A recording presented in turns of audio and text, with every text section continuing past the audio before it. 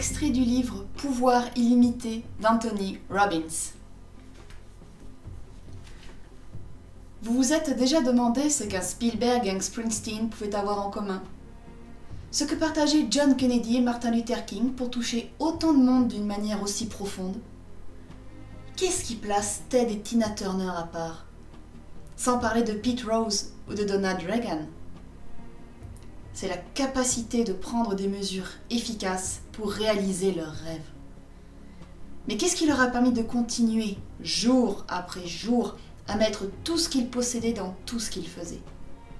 Certes, il y a à cela de nombreux facteurs. Mais je crois toutefois qu'il existe 7 traits fondamentaux qu'ils ont tous cultivés. 7 caractéristiques qui les ont conduits à faire ce qu'il fallait pour réussir. Il s'agit des 7 mécanismes de base susceptibles de vous assurer le succès, à vous aussi. Trait numéro 1, la passion.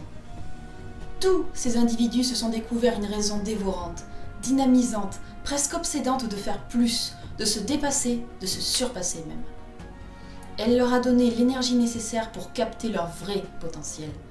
C'est la passion qui a poussé un Pete Rose à foncer tête la première quand il le fallait.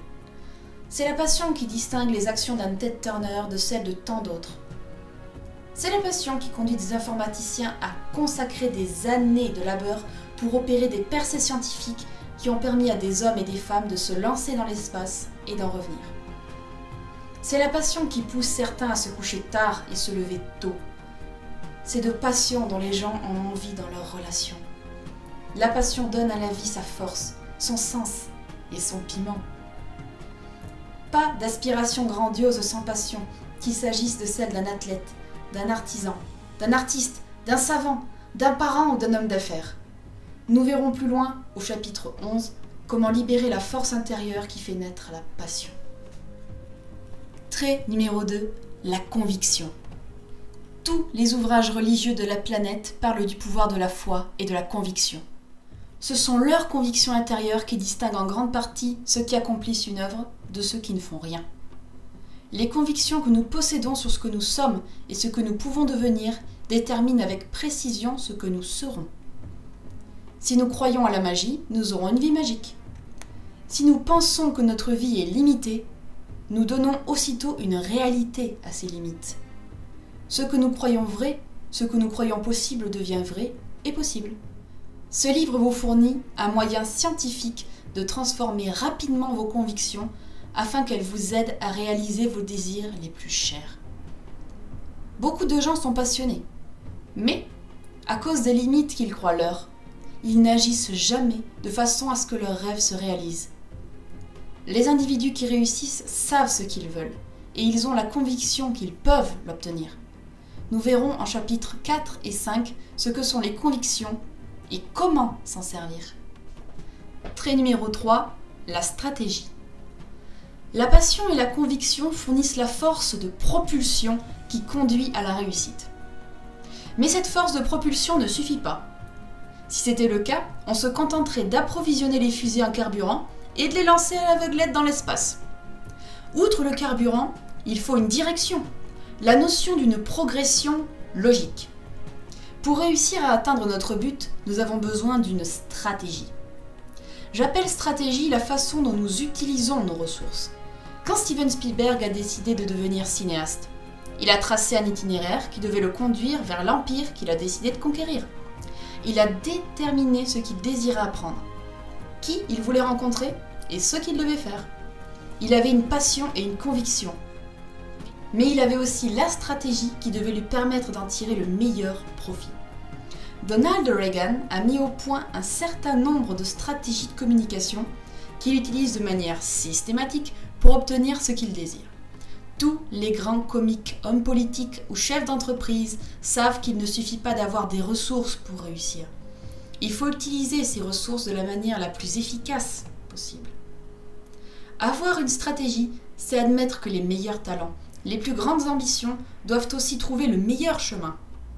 On peut ouvrir une porte en la défonçant ou trouver la clé qui permet de l'ouvrir sans l'abîmer. Nous étudierons les stratégies qui engendrent la réussite en chapitres 7 et 8.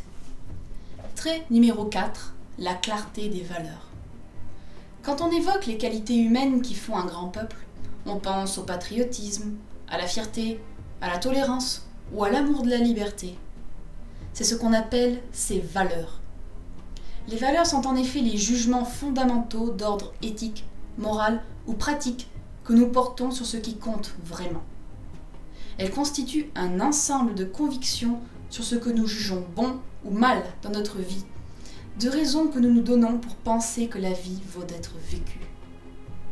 Or, beaucoup de gens n'ont pas une idée claire de ce qu'ils estiment important. Souvent, les individus font des choses qu'ils ne sont pas contents pour la simple raison qu'ils ne veulent pas s'avouer ce qu'inconsciemment ils jugent bien ou mal pour eux-mêmes et pour les autres. Lorsqu'on observe les grandes réussites, on constate presque toujours qu'elles sont le fait d'individus qui avaient une idée précise de ce qu'ils jugeaient important. Voyez Ronald Reagan, John Kennedy, Martin Luther King Jr., John Wayne, Jane Fonda. Ils avaient tous des conceptions différentes, mais ce qu'ils avaient en commun, c'est un fondement moral, une notion claire de ce qu'ils étaient et de leur raison d'agir. La connaissance des valeurs auxquelles on est attaché est un des éléments les plus féconds pour la poursuite de la réussite. Nous étudierons cette question des valeurs en chapitre 18. Comme vous l'avez sans doute remarqué, tous ces traits sont complémentaires les uns des autres. La passion est-elle influencée par les convictions? Évidemment. Plus nous sommes convaincus de pouvoir mener une entreprise à bien, plus nous sommes prêts à nous consacrer à cette tâche. La conviction suffit-elle à elle seule pour parvenir à la réussite? C'est certes un bon début, mais si vous êtes convaincu que vous allez assister à un lever de soleil et que, pour atteindre cet objectif, vous vous précipitez vers l'ouest, vous risquez d'être déçu. La stratégie qui conduit au succès change-t-elle selon nos valeurs? Poser la question, c'est y répondre. Si votre stratégie de réussite exige que vous fassiez des choses qui ne correspondent pas à votre certitude inconsciente sur ce qui est bon et ce qui est mal, la meilleure stratégie du monde ne donnera rien. On rencontre fréquemment ce cas chez les individus qui commencent par réussir, ils finissent par saboter leur propre réussite.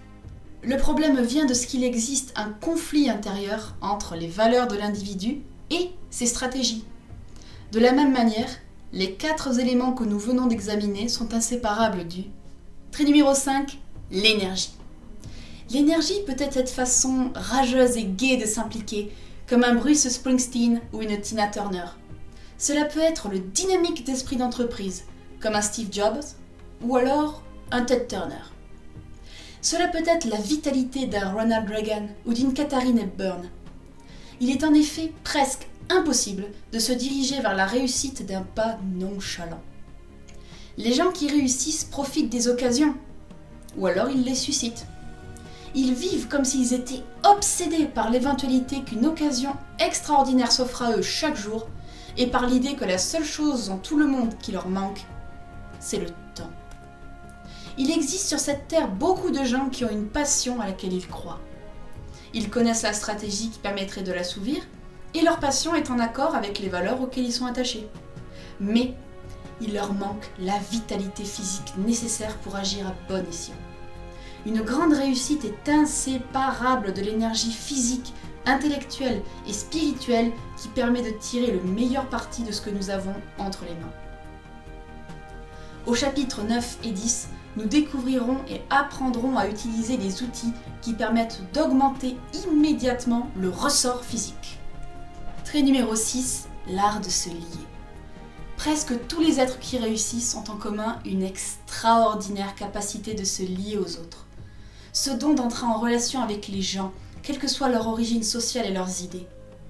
On rencontre certes de temps en temps un savant fou qui invente un objet qui transforme le monde.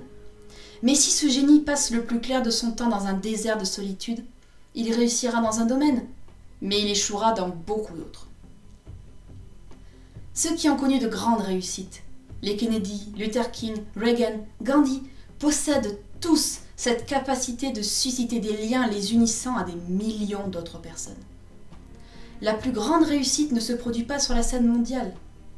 Elle se produit dans les replis les plus cachés de votre cœur. Au fond de soi, chacun éprouve le besoin d'établir des liens d'amour durables avec autrui. Faute de cela, toute réussite, tout accomplissement reste vide. Nous apprendrons plus sur ce sujet au chapitre 13. Trait numéro 7. La maîtrise de la communication. Ce sujet constitue l'essence de ce livre. Notre façon de communiquer avec les autres et avec nous-mêmes détermine en dernier ressort la qualité de notre vie. Les gens qui réussissent ont appris à relever tous les défis et à se communiquer cette expérience à eux-mêmes d'une manière qui les conduit à changer les choses dans le sens de la réussite. Les gens qui échouent subissent l'adversité et acceptent les limites que cette dernière leur impose. Les êtres qui modèlent notre vie et notre culture sont aussi des maîtres de la communication extérieure. Ce qu'ils ont en commun, c'est la capacité de communiquer une vision, une quête, une joie ou une mission. La maîtrise de la communication, c'est ce qui fait un grand artiste, un grand homme politique, un grand professeur ou un parent merveilleux. D'une manière ou d'une autre, presque tous les chapitres de ce livre concernent la communication. L'art de combler les fossés, d'ouvrir de nouvelles voies, de partager de nouvelles visions.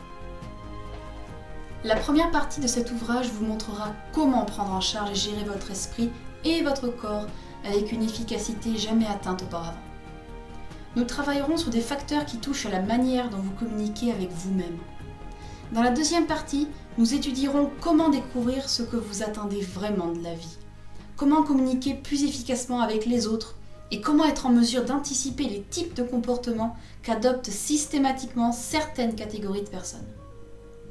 La troisième partie examine dans une perspective plus globale notre comportement, nos motivations et ce que nous pouvons accomplir au niveau non plus personnel, mais général. Elle traite de l'utilisation des talents que vous avez cultivés pour devenir un meneur d'hommes.